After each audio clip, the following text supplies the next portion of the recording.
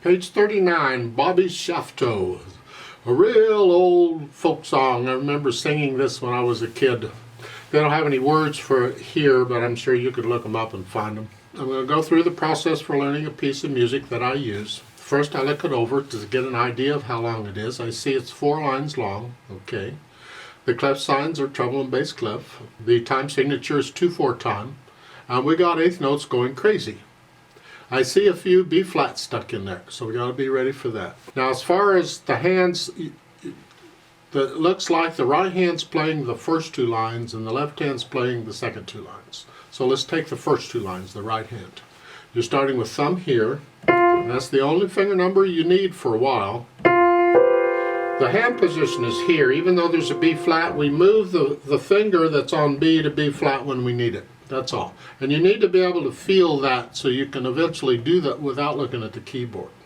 And it's 1 and 2 and. 1 and 2. And down here. I think it's unfortunate they've given you this piece. This business of going from the second measure to the third measure. Sometimes we have to move like that. In piano, we're using the same finger, but if we don't have to, then we don't. Now there's different fingering styles. People will use different fingers. There's different ways of fingering things. There are better fingerings than this, but we're not there yet. We're still in this 5-finger position. So as much as I would like to teach you a different fingering for this, that would be a little easier if you could do it. Of course it's easier if you can do it. I'm going to leave us in the 5-finger position. You're just going to have to look down at the keyboard, and you're going to move from here to here, and then later on back to here. We practice hand moves if we have to, because the beat has to be a steady beat. You can't mess up the beat because you're moving the hands. No. Now in the second line, the first 2 measures are the same as the first line, and then here. Third measure, the thumb comes down 1, and then 2. We changed hand positions right there. We crawled around a little bit. We do a lot of crawling around, and that's one way of doing it. Just bring the thumb down, and then come down. Yeah, you'll get that quite a bit too. And there also, you want to get to where you can do that without looking at the keyboard, where you can feel the thumb coming down 1 key. You see in a 5-finger position, any 5-finger position, let's just take one. The outside fingers sometimes have to cover 2 notes. So the little fingers have to cover 2 notes. You're not moving the hand, you're just moving the finger out. And the thumb also has to cover 2 notes. This way we got more notes covered in that hand position. And that's what they're doing here is here. Except now you're moving down there, because you don't want to use the thumb for both. No. I want to connect them, and I can't do that if I use the thumb for both. Left hand, let's see what it's doing. Well, the left hand's got here at the beginning. You recognize these 3? You know, it's an F chord. They're all on lines. You notice you're looking at groups of notes here. You get spaces up above and lines sometimes. It's lines occasionally. You learn to recognize. Rest, and then now they want you to come down one key, so you're still using 3rd finger. Now we're in this position here, and they want 2nd finger or 1, because if you're here, we would use 1 on that. However, if you have really big hands and fat fingers, you don't fit up here. So using the thumb on a black key like that doesn't work very well. And if that's the case, we have to use another finger. And the only other finger available is 2nd, so we just go up. It allows us to stay out here. I don't know how big your hands are. If you've got really little hands, you're welcome to use thumb. Don't stay up in here, though, any longer than you have to. But I'm going to use 2nd finger because I got bigger hands. During the rest, you come back up. And then go back down like you were. Okay,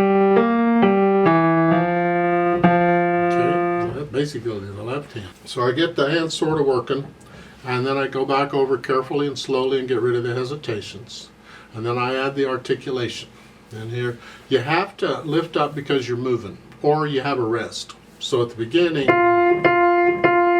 connect, now. Okay.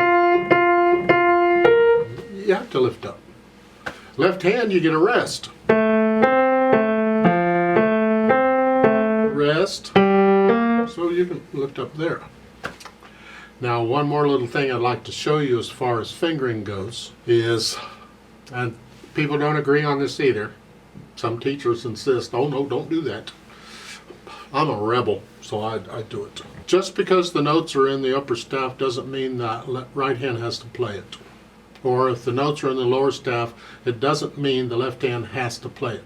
If you look on page 38 at the bottom, you see next to the last measure, the notes in the lower staff, the left hand's playing that. It's telling you to. Anything can go. It's whatever is easiest or most convenient. Generally, we use the right hand to play the stuff in the upper staff because those are the higher notes and the right hand can get to them more easily. And the left hand is closer to the lower stuff, and so the lower staff. However, things can change. Take a look at the first line. My hand position, if I have the left hand up there, is there. And you'll notice that the left hand thumb is on middle C. Well, in the third measure, that's a middle C. The left hand's already there. So I could have the left hand play those C's instead of the right hand, and then as I'm playing that, I can move the right hand. And I don't have to do this. So I could play the first line. And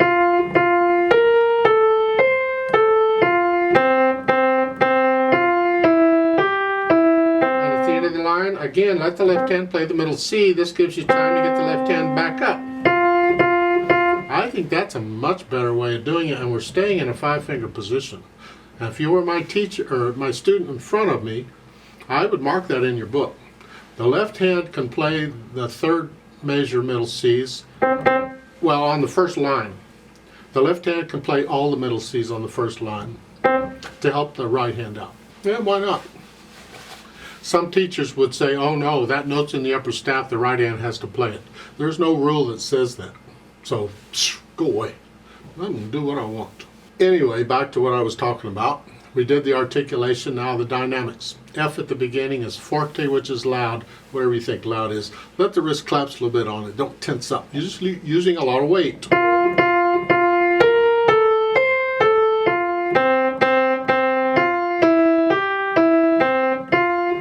The third line, soft. The last line, you're starting it soft, a little louder, up to about a moderately soft, and then in the third measure, the third line, now you're moderately loud. And they gave you tenuto lines. They haven't taught you the tenuto mark, but they're giving you the lines. Isn't that nice? I would prefer they explain the marks before they show them in the music, but they've done it, so let's talk about it. And the last measure at the bottom. Each of those notes has a little line above them. We call that a tenuto mark. It's a part of articulation, how you express the note. And again, people don't agree on what they mean. It used to be, hundreds of years ago, the tenuto mark was an accent, because they didn't have the accent marks like we have today. And then in the first part of the 1800s, latter part of the 1800s, along in there, it gradually switched and they started using the other marks for accents, and the tenuto was more like a linger on the note. You hang on to the note. However, a lot of people still use the tenuto line as a stress mark, not necessarily an accent. You just put a little extra stress on it. That makes no sense at all. But that's the feeling, where you don't accent it, you just stress it. Whatever. So the last note, I suggest you linger on those notes.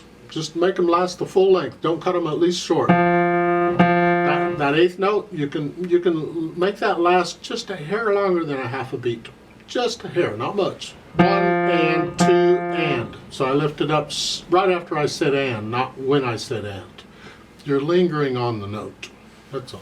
Maybe in interpreting it, you make basically you slow down, where that last measure is slower than the others. That gives you time to linger on the notes more.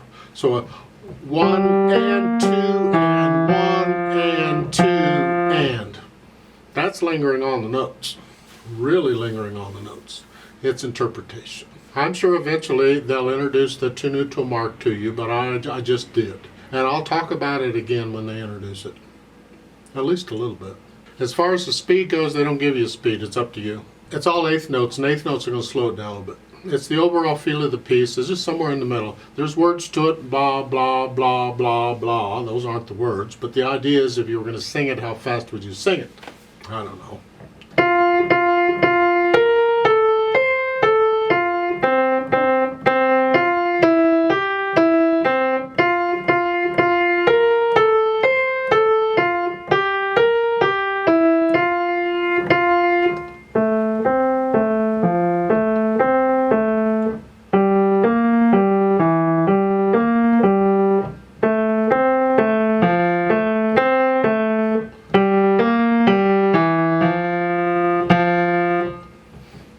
Don't copy me, please. You feel it. You can lift up between these phrases. I told you before you have to lift up because you have to move. Well, if you use the left hand to play it, you're not moving. But make sure you lift up between the second and third measure. It's a new phrase, like taking a breath. Yeah, make sure you lift up between the phrases. You're just cutting the last eighth note in the phrase a little bit short so you can lift up. Let's play this together very slowly and check the notes and the rhythms. I'm not going to do louds and softs, just notes and rhythms. And because we're eighth notes everywhere, I'm going to put the metronome on eighth notes. I'll give us 2 quarter note counts to come in. Just come in when I do. 1 and go and.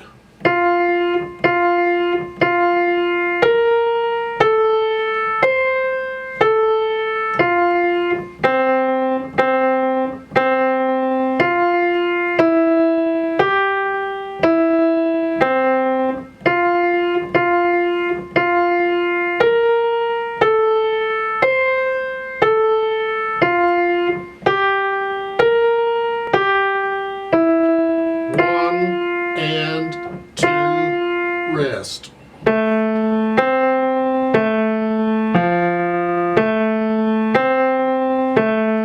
Rest.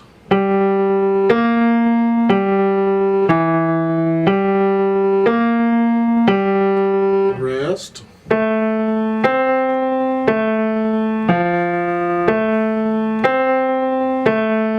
Rest.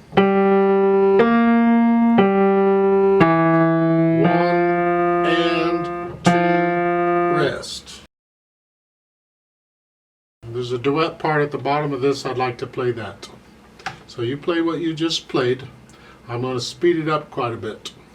Actually, I think we're going to go about twice as fast as we were going. So the metronome, instead of beating eighth notes, is beating quarter notes. So this is 1 and 2 and.